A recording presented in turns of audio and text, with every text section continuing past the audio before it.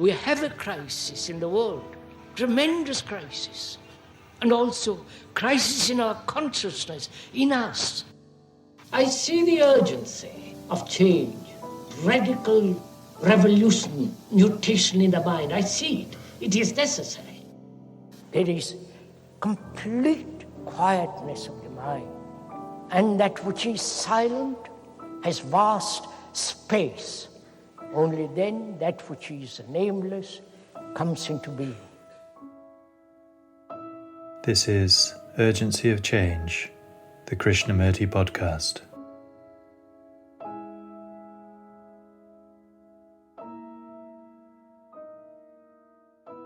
Hello and welcome to episode 70 of Urgency of Change. Each weekly episode in this season of the Krishnamurti podcast is based on a major theme of the revolutionary philosopher's talks, such as freedom, self-knowledge, beauty, and meditation. Extracts from our archives have been carefully selected to represent Krishnamurti's different approaches to each of these universal and timelessly relevant themes. This week's theme is intelligence. Upcoming themes are habits, authority, and awareness. This podcast is brought to you by Krishnamurti Foundation Trust. Please see our official YouTube channel for hundreds of video and audio recordings of Krishnamurti's full talks and shorter extracts. We are a non-profit charity and rely on your support to continue to preserve and make Krishnamurti's work available. If you enjoy our podcast, please consider leaving a review.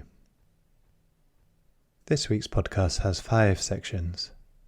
The first extract is from Krishnamurti's second question and answer meeting in Saanen, 1985, titled Partial versus Holistic Intelligence.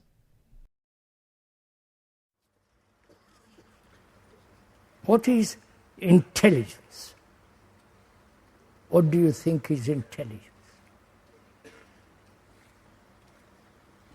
The meaning of that word, if you looked into a good dictionary, etymological dictionary, it points out interleggere, to read between the lines.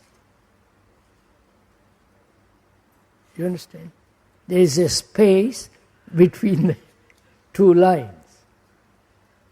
To read between the lines. That's one meaning. The other meaning is to gather information of every kind and to discern among the various information what is the correct information.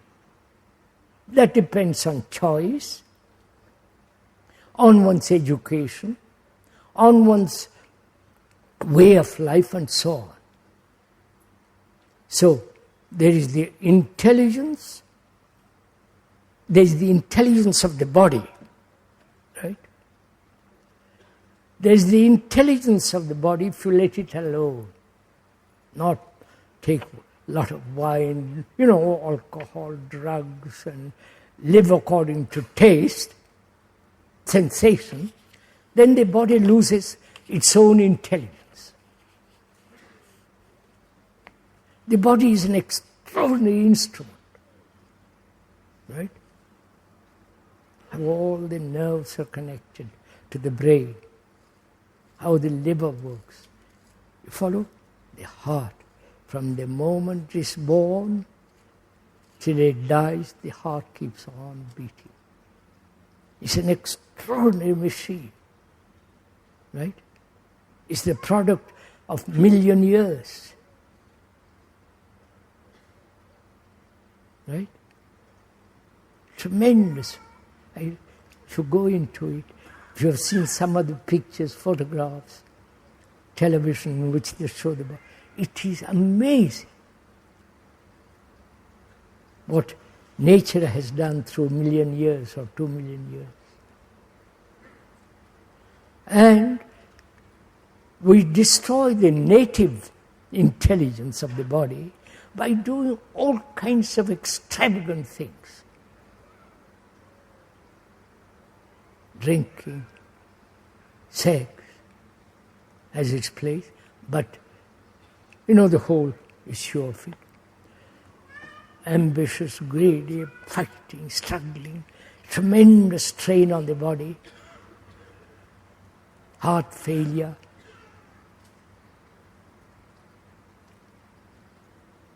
and the bypass after a great operation. All that affects the brain, the nerves, the organism. Therefore, the physical or biological instrument is gradually destroyed, gradually withers and loses its vitality, its energy, right? If one left it naturally alone, not depending on taste, it then looks after itself. You don't have to do a thing, except for a person like Kay, it's 90 years old, so it has to be a little careful. So, what is intelligence? There is the body intelligence, right?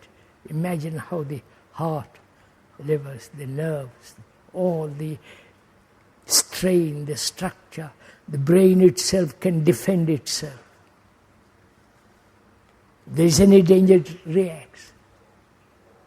Certain glands, I don't know all about it, but you can see it, how quickly it comes to defend itself.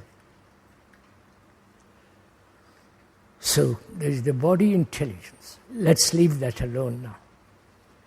Then, what is the intelligence that a clever physician, a technocrat, technologist, or the man who puts very, very, very complex machine together, who thousands of people get together, send a rocket to the moon. That requires intelligence, cooperation. See, everything is perfect, right? That requires great intelligence and that requires great intelligence, certain type of intelligence. And that intelligence which is very cunning, calculating, which has put together the whole rituals of the world, the temples, the mosques, the churches. That's also very clever, very intelligent to control people through their apostolic succession. Sorry, if you're Catholic, forget what I'm saying. All that, there is also in India Sanskrit word for it. This handing it down, the original handing down his benediction or his apostolic succession. That also demands quite a clever movement, right? That's also very intelligent to control people, to make them believe in something that may not exist, and to have faith, and to be baptized. You follow the whole of it. It's very clever if you watched it, very intelligent, which the communists are doing, right? They have their God, Lenin, and below him, Stalin, all the way down, the present gentleman. So it is the same movement. And all that is also very intelligent, partially. And the scientists, the theoretical physicists, all are very partially intelligent. Right?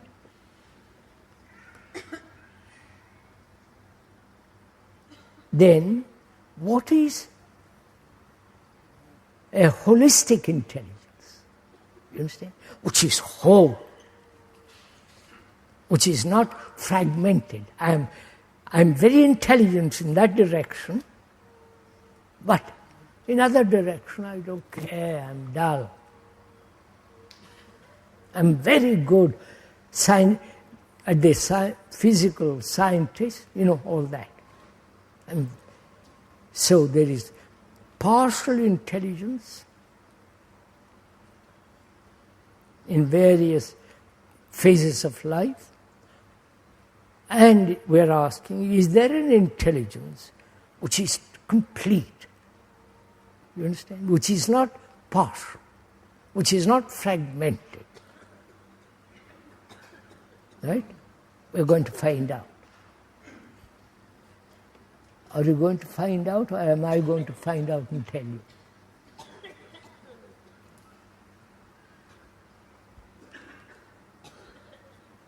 Please, am I going to answer that question, or are you going to answer it?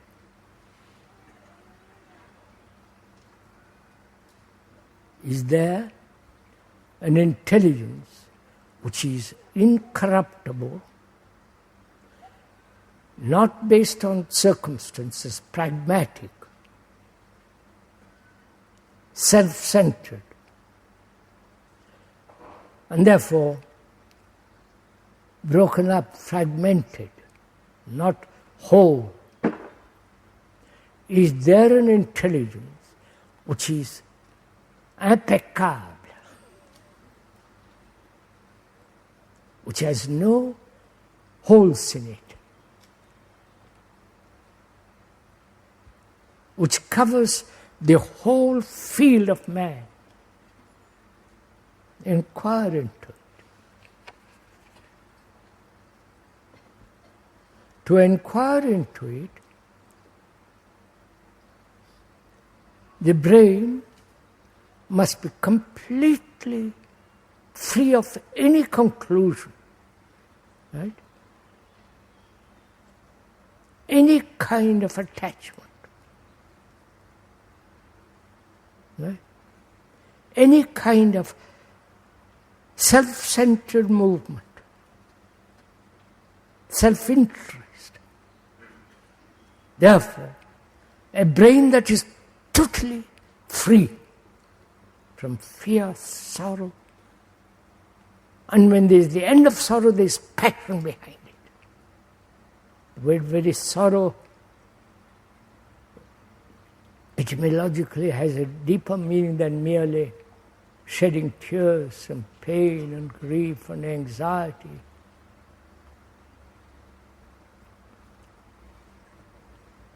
Passion is not for something. Passion per se, for itself. I may have passion for a belief. A belief may evoke in me passion, a symbol, a community, a devotion, an imagination. All that is still very limited. So there is, first one has to discover, one has to come upon this passion, which is neither lust nor has any motive. You understand? Is there such passion? Or mere sensation, etc. There is such passion when there is an end to sorrow. When there is end to sorrow, there is love and compassion. And when there is compassion, not for this or that, but compassion, then that compassion has its own supreme quintessence intelligence.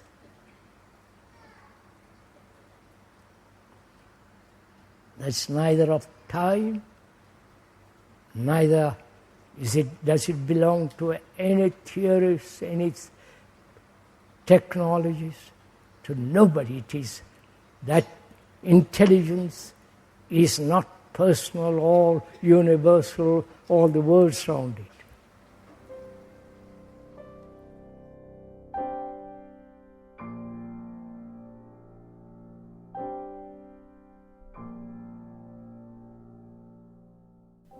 The second extract is from the 6th talk in Saanen, 1979, titled Intelligence is Perception and Action. One must have intelligence. Intelligence is different from knowledge. In knowledge, as we pointed out earlier, there is ignorance, right? Whereas intelligence is free from ignorance, and therefore free from illusion. And it's not the result of accumulated knowledge. Right? Intelligence. The quality of intelligence comes when there is perception and action.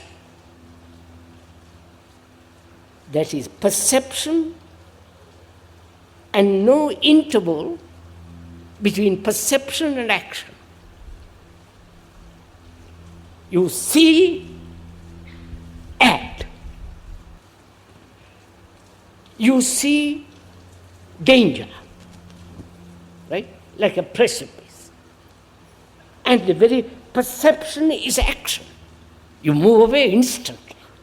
That is intelligence. That's part of that intelligence. You see a dangerous snake, and instant action, right? That's fairly simple, because there is a physical response.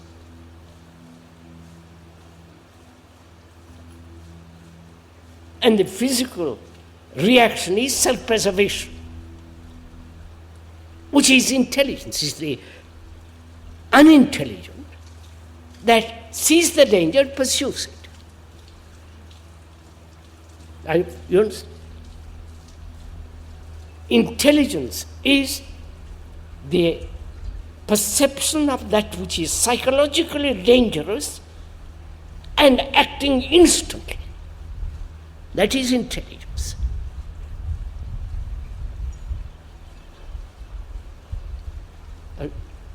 Psychologically, it is dangerous to depend on another. Right? For affection, for love, for comfort, for enlightenment, for that is dangerous, because you are not free.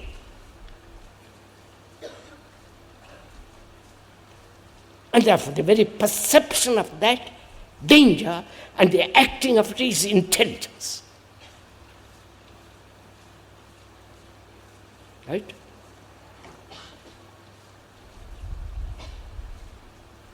One must have that quality of intelligence.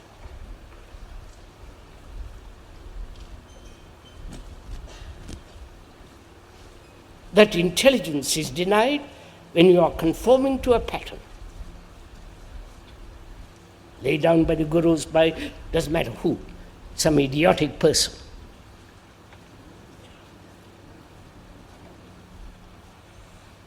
Or conforming, imitating, following.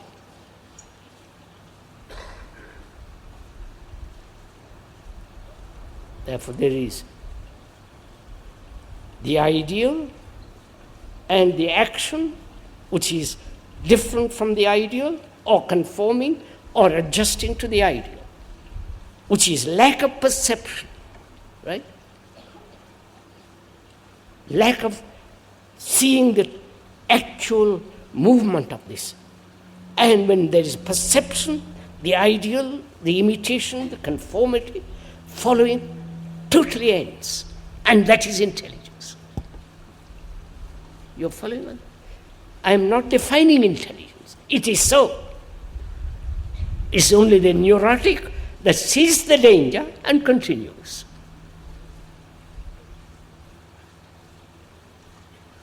neurotic, the stupid, the thoughtless, the man who just follows his own particular idiosyncrasy pleasures and gives it a rational meaning, and so on. So, one must have this quality of intelligence. Then, with that intelligence,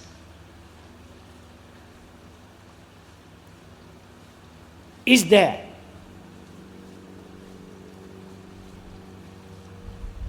a state of a movement, whatever you like to call it, which can solve all these innumerable conflicts and miseries.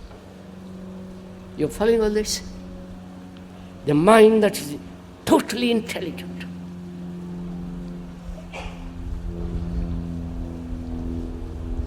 And that mind is inquiring.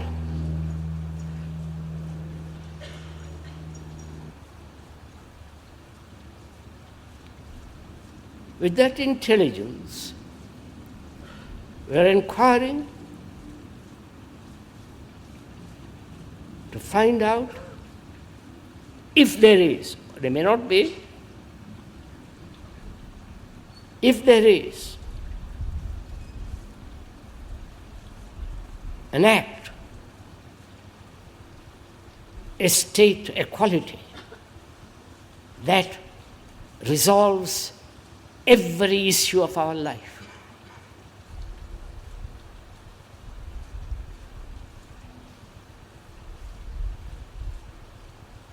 Surely, I'm hesitant because one has to use words that have been spoiled. One has to use a word that has lost all its meaning.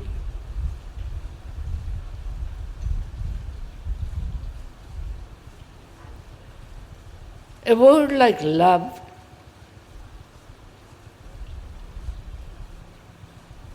has become sexual, sensory, sensuous.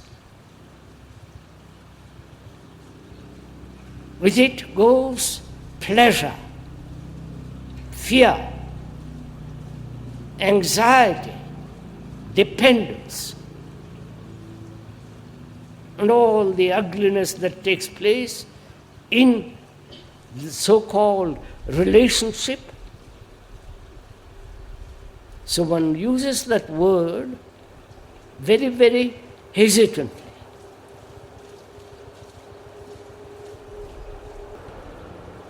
It is in no way related to jealousy, fear, or sorrow.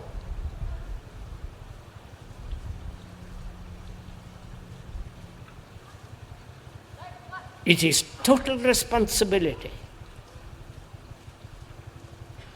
not only to your immediate person, but to the total responsibility to the whole of life. Not only your life, but the other life. I say that love is the total answer.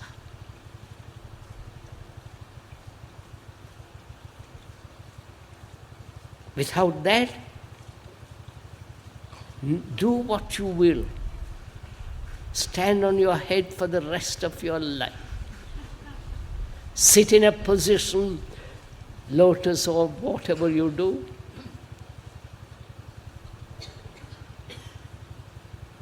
So, with that intelligence goes the other. You understand?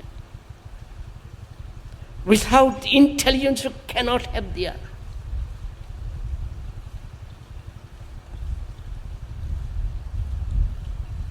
They are inseparable.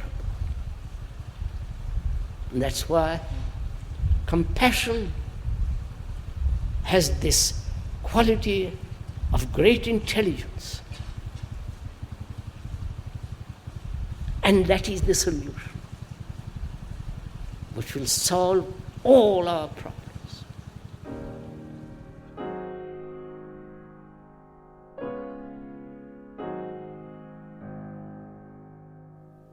The third extract is from the third question and answer meeting in Saanen, 1984, titled Unlimited Intelligence.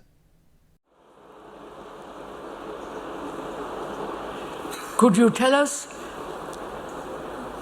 more about this vast intelligence of which you speak? Is it an untapped capacity within the brain, or is it some disembodied force to which we may become open? Lovely question, isn't it?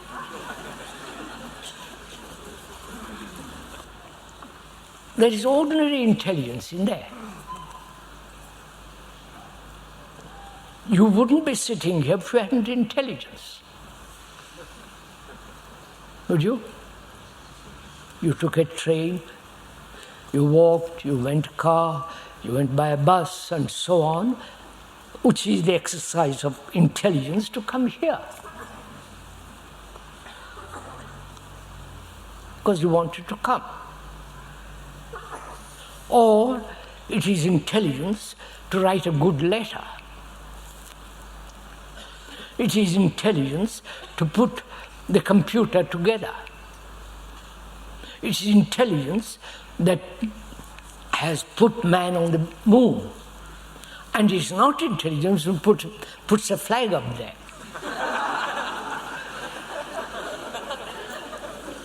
Right? And it is intelligence that has made the computers, missiles, the atom bomb, neutron bomb, the hydrogen bomb, and all the things that are investigating about cancer, you follow? Liver trouble, and so on, so on, so on. That all requires intelligence.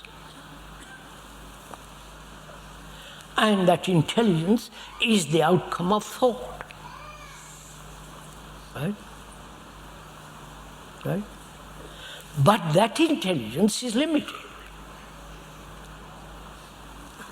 Because it is the outcome of very careful, logical, experimental, systematic working it out,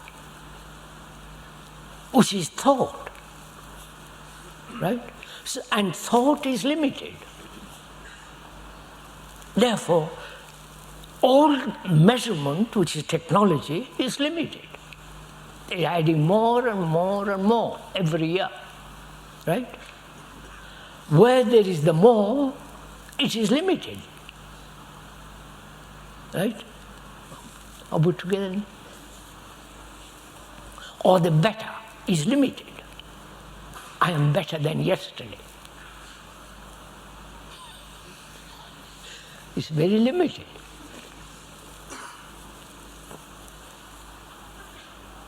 Now, is there an intelligence which is not limited? I'm asking you, we're not telling each other. We recognize the common intelligence. Earn money, do business, go to the factory, get up in the morning, all the rest of it. That requires certain intelligence, which is limited. Right? Because it's the outcome of thought. And thought, born of knowledge, and as knowledge is limited, always in the future or now, so thought is always limited. And the intelligence of thought is limited. That's simple. And is there intelligence which is not limited? Right? Now, who is going to find out? How will you find out? In what? How will you? Not how.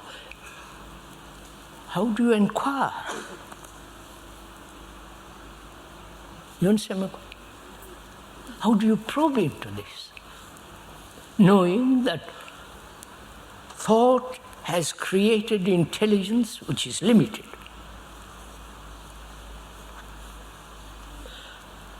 The artist, the poet, the great sculptors, the great literary people, painters and so on, all their things are limited, naturally. Though the artist may not accept that, but doesn't. Scientists accept it because they're adding more and more and more every year, getting more and more knowledge about biology, about everything. So is there an intelligence which is not additive? You say the word adding to it. How can we probe into this?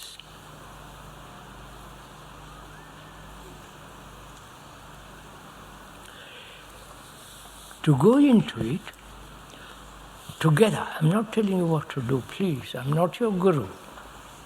I'm not your leader. I'm not your helper.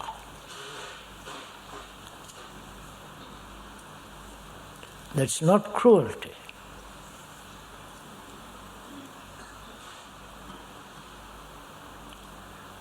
Because we have been helped by so many people for thousands of years.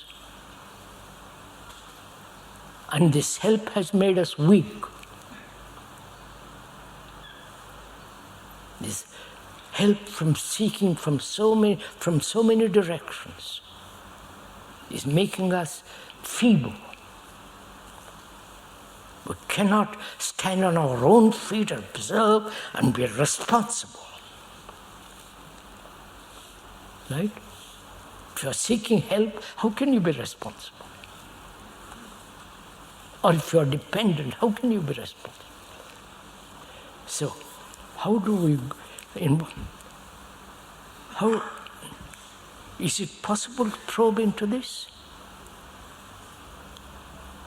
Into that intelligence which is not limited?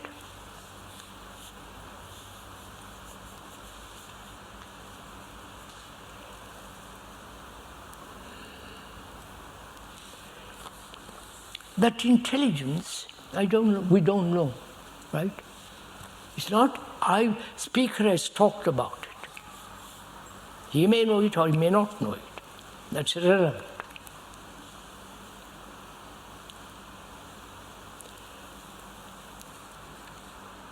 But how should you come upon it?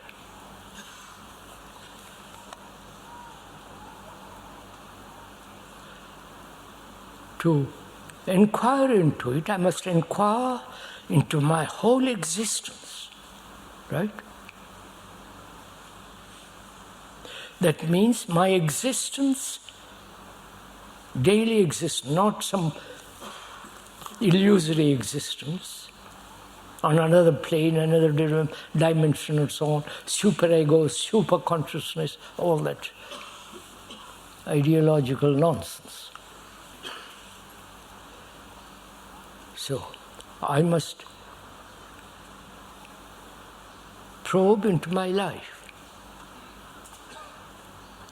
Obviously, the first thing is, where there is conflict, there is no intelligence. Right? If I'm in conflict all the time with people, with ideas, with theories, opinions, right? So, is there an end to conflict? Which means, is there an end to conflict and other problems so that the brain is free? Right? Are we together, at least verbally?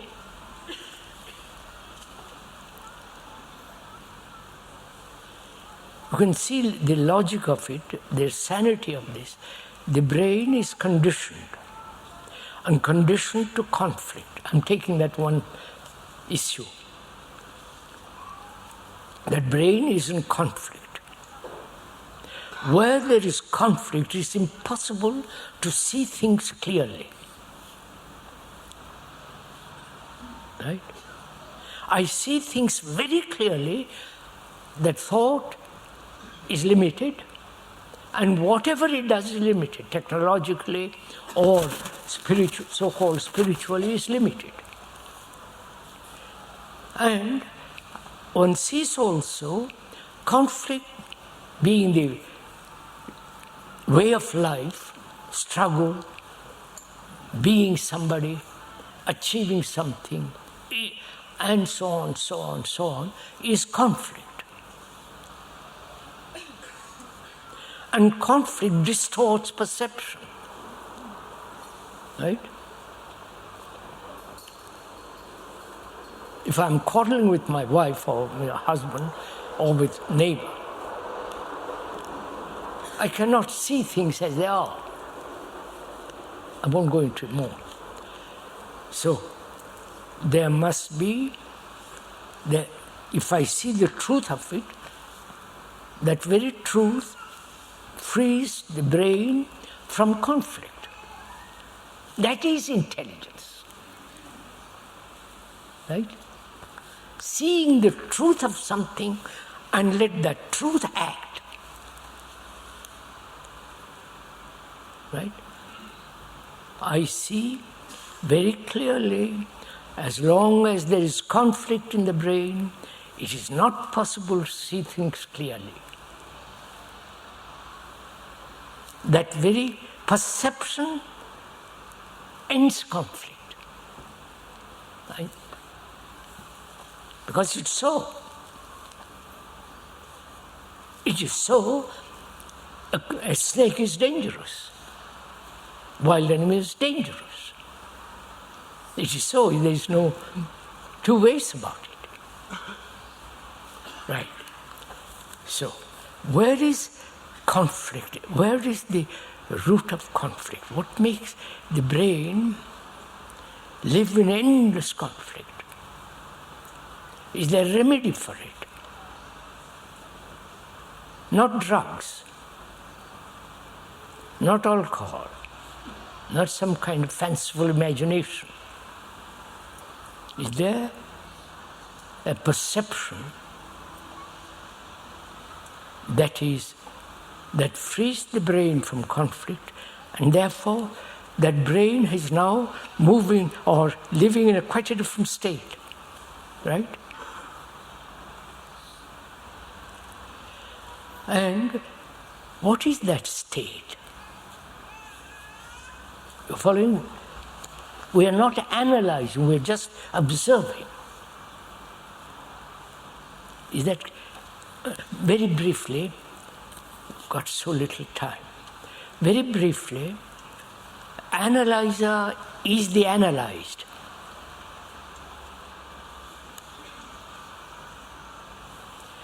Now, there is the analyzer separate from the thing he's analyzing. I'm analyzing myself. Suppose I have separated myself from the thing which I am observing. Right? I am angry or jealous or neurotic, probably neurotic more. I'm neurotic. And then I say, why am I neurotic? As though it was something outside of me. Right? I am neurotic because the brain is neurotic. Right? My whole being is neurotic. It's not I am different from neurosis. So the observer, the analyzer, is the analyzed. Clear? Like the experiencer is the experience. Of course. It's rather difficult. Need I go into this? The thinker is the thought, right? That's clear. The thinker who says I'm separate from thought and therefore it controls thought, his shape, right? But the thinker is thought itself. So the thinker is the thought. The analyzer is the analyzed. Now, move next step, which is experiencer is not different from the experience. He thinks he's different. And therefore he says, I must experience. To experience, you must recognize it, right? Otherwise it's not an experience. But to recognize it, you already know it. I wonder if this. So the experiencer is the experience, the thinker is the thought, the analyzer is the analyzed. Right? Probably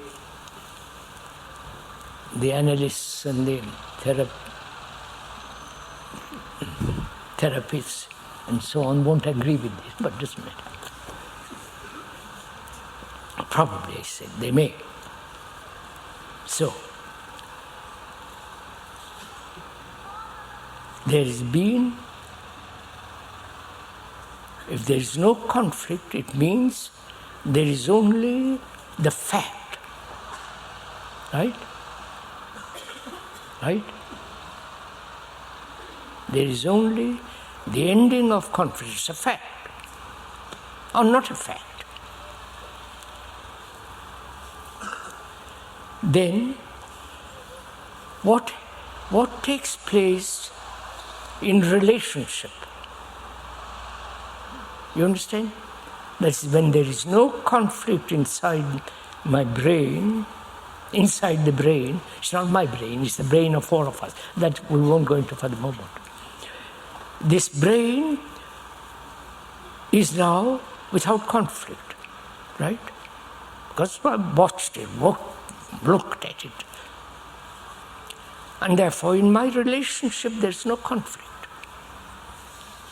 With a woman, man, right? Then, when there is no conflict in a relationship, then what is it?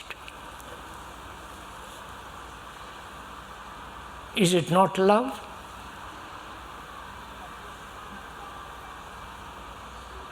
Right? When there is no conflict, you understand? So they were all so dazed about all this. When there is no conflict between you and me, you understand? There's no difference between you and me. You may be a woman, I'm a man, and so on. You may be tall, short, black, white, purple, or whatever it is. But when there's no conflict, there's total relationship between you and me. That is love. Right? Love is not jealousy. Love is not desire. Love is not pleasure. Pleasure means conflict. Desire means conflict. I want to do something, my wife wants to do something else. Where there is love, she can do what she wants, but there is love. You understand? The whole transformation has taken place.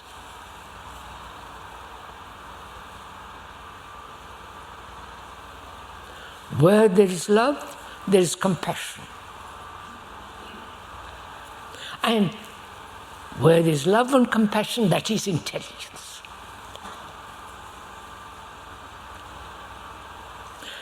That intelligence gives, in that intelligence there is absolute security, not relative security. You understand? That is intelligence. But one has to be tremendously watchful, which will be now. And that intelligence is limitless. It's not yours or mine, it's intelligence. Love is not my love and your love, it's love. It's love. That love may be for one or the many, it's still love. Where there is love, there is no hate. There is no enemy. So, don't you know all this? So that is intelligence. You can't talk endlessly about it unless you do it. One can talk about it, as I have been doing. If you go into it much deeper, I don't know if it's time for it.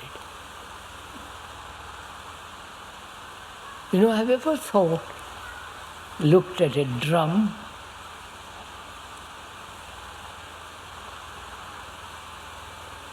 A drum is tuned to its highest excellence, right tone. And when you strike on it, it gives you right note. Right? It is tuned. So the brain, when it is tuned, it gives right note, right response. I wonder if you capture all this. And it's not tuned, like drum is not, when it's confident, it's slack. So, to have the brain tuned.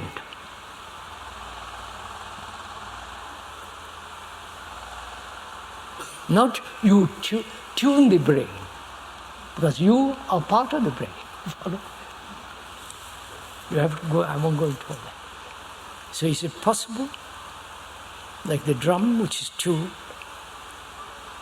to its highest excellence, to have the brain so tuned that it gives the right note all the time? Yes, how are you?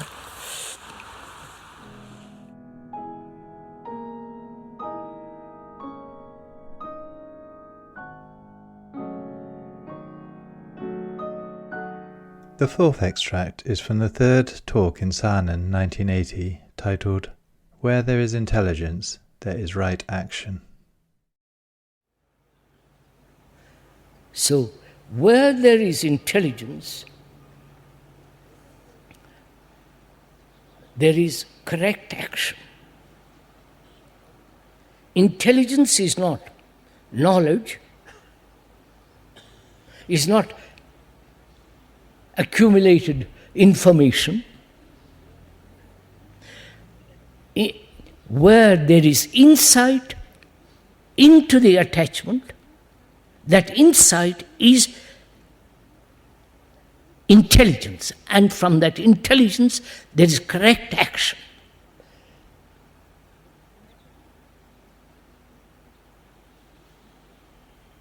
Right, sir?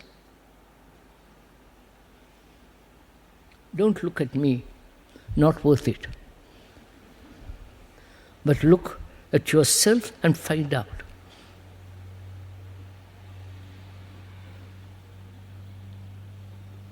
Because man has lived with corruption for a million years.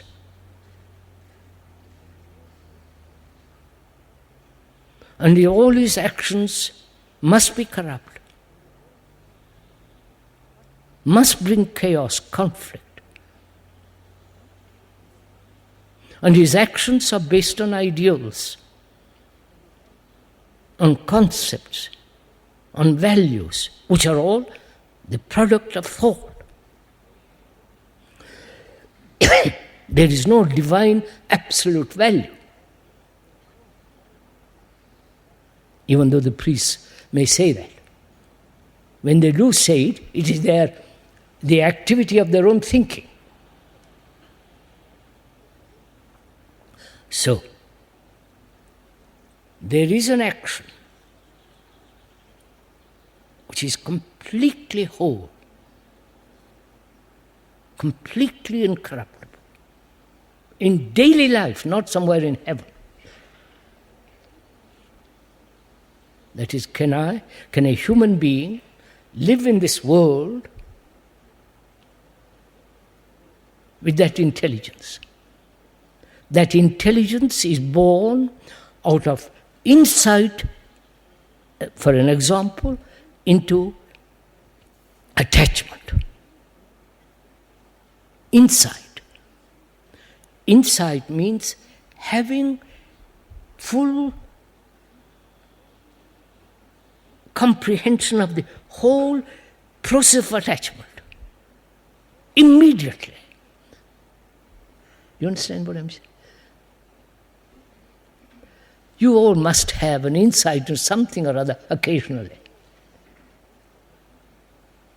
where that insight is not memory, is not the process of value or a conclusion. It is a second of complete comprehension of that which you see, totally. And that is the essence of intelligence. And that intelligence is not yours or mine, and therefore it's always acting correctly. Will you try it? Do it. Do it as we are sitting here. Not when you go home. As you are sitting here, observe yourself.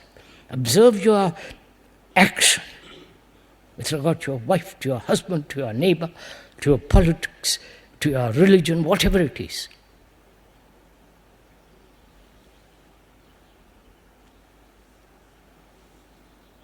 And can you have, without analysis, a perception, a seeing the whole consequences and the cause of this attachment instantly, immediately?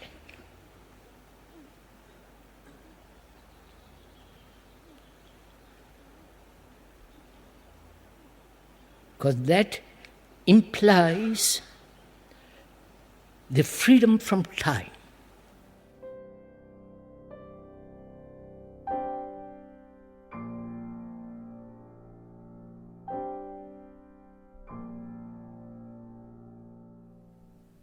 The final extract this week is from the fourth talk in New Delhi, 1972, titled, "In Intelligence is Total Security." When you see that, then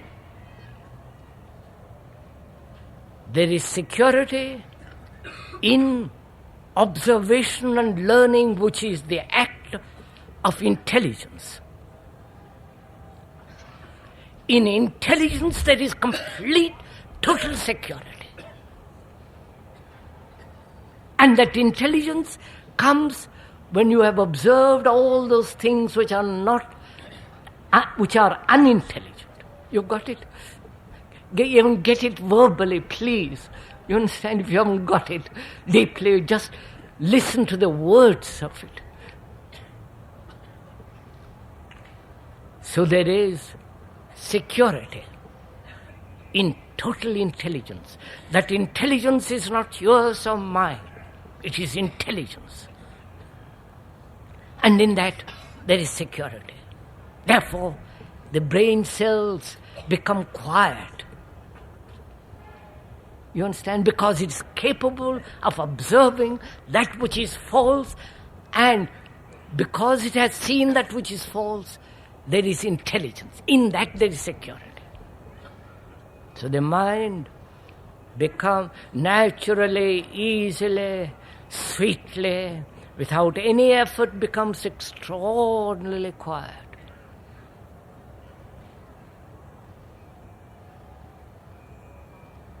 And in that stillness of mind, there is no time.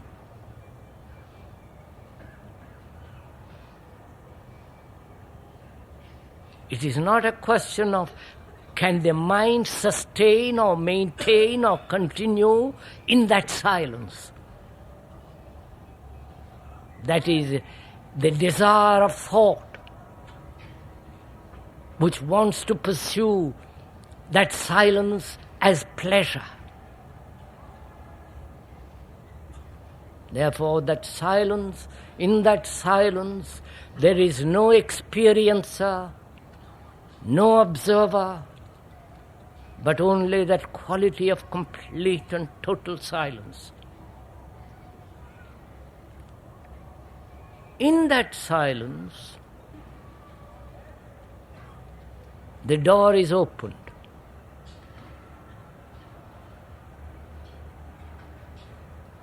And what lies beyond the door is indescribable. It cannot be put into words. All that you can do is actually come to the door and open it. It's your responsibility as a human being.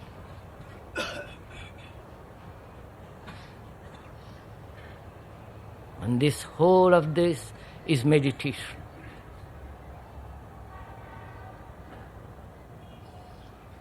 The absolute quietness of the body, the absolute quietness of a mind that is totally religious, in which there is not a spark of violence, conflict. Violence exists where there is will. And when you've understood all this, when you have lived the daily life of all this, then you will come to that door and you will open it and open that door. What lies beyond is indescribable.